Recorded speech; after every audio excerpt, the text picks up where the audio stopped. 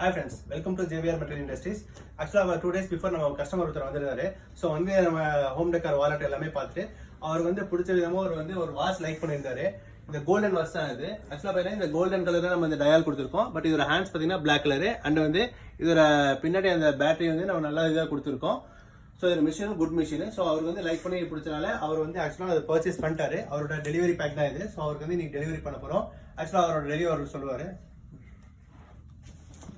அந்த வாட்சு வீட்டுக்கு தேவையான டெக்கர் ஐட்டம்ஸ் எல்லாம் நிறைய கலெக்ட் பண்ணுவேன்.